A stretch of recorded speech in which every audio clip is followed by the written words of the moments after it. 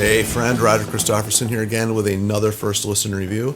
This is where we all get together and we share our thoughts and we talk and we babble about music that we love. And this is the series where we talk about new music that's coming out. This one's coming out on Friday.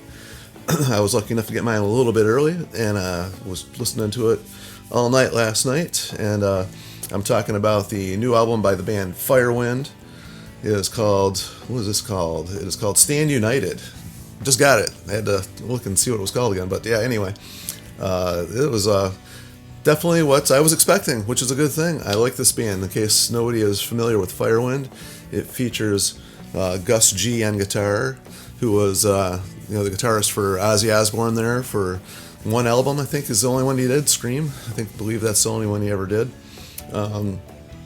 Fortunately, I never got to see him live with Ozzy. I've seen Ozzy live a few times, and I've never got the chance to see Gus play live, unfortunately. But this is like their 9th or 10th album out. I think it's their 10th here. I guess I didn't do a whole lot of research on this one before I decided I was going to do this one. I wasn't really planning on doing this one, but I heard the album and it was really good.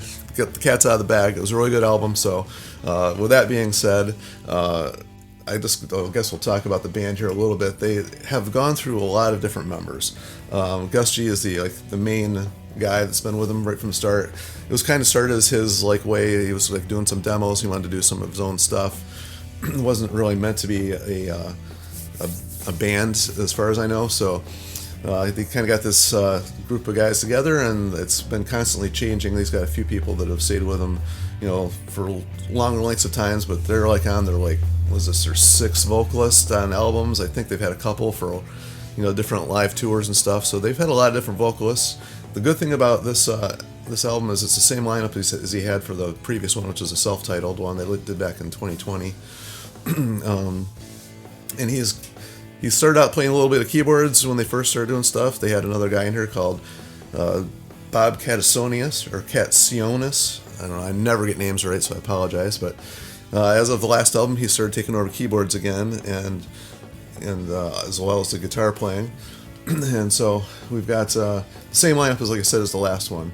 And as soon as the first song kicked in on this one, it's funny because I noticed that the keyboard style was different. You had a keyboardist, and probably people out of, I noticed this a lot back, when Eddie Van Halen was, started playing keys and adding keys into their songs. He'd already played keys, but he had actually started, adding keyboards into Van Halen stuff. You kind of notice that there's a different way guitarists and keyboardists have a way of playing. I know he played keys before guitar, but still, I think they have a different way of playing. I kind of noticed that with Gus too. He has a different way of playing things, a different way of hearing how the keyboard part's going to be added in there, and just the sound of the sounds he picked were quite a bit different than what I heard on previous Firewind stuff. Aside from the last one, I did kind of notice a little bit with that one, but not as much as I noticed it with this one.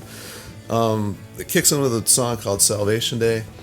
And let me tell you what, that song is a great way to start the album. It was like this, it just kicks in, and it's got a gigantic chorus. It's stuck in my head.